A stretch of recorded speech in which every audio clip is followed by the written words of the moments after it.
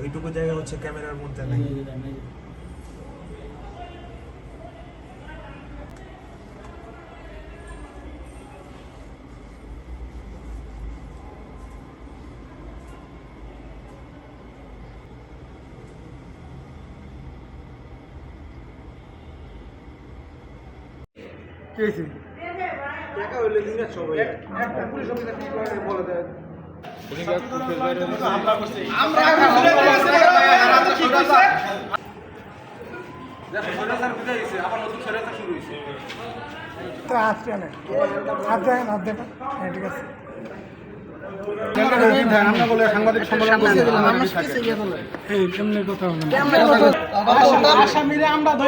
আসামিরে ধইরা আমরা জানছি আর এইটার গাঙ্গ আসামি বানাই দিছে।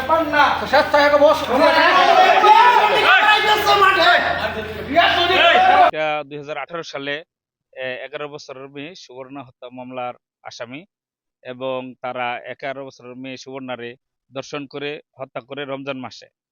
ওই সময় আওয়ামী লীগের যারা এখানের নেতৃস্থানীয় লোক আছিল তারা মামলাটা দামাত চাপা দেওয়ার চেষ্টা করে এবং একটা অপমৃত্যু মামলা করে একটা পূর্বাচলে একটা বাংলো বাড়িতে নিয়ে যায়।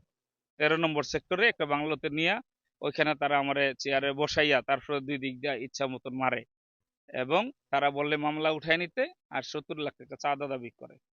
আমি দিতে অস্বীকৃতি করার পরে তারা বলতেছে যে তাহলে এখনই খতম করে দেব।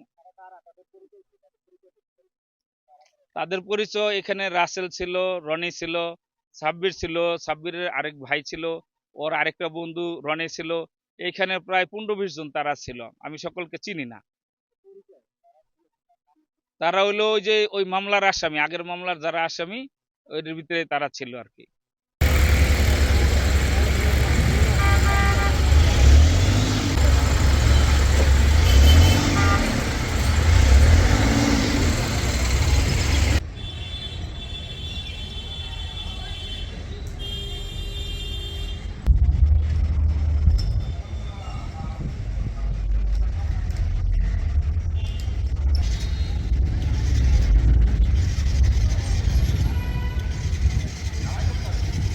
জানতে পারি গতকাল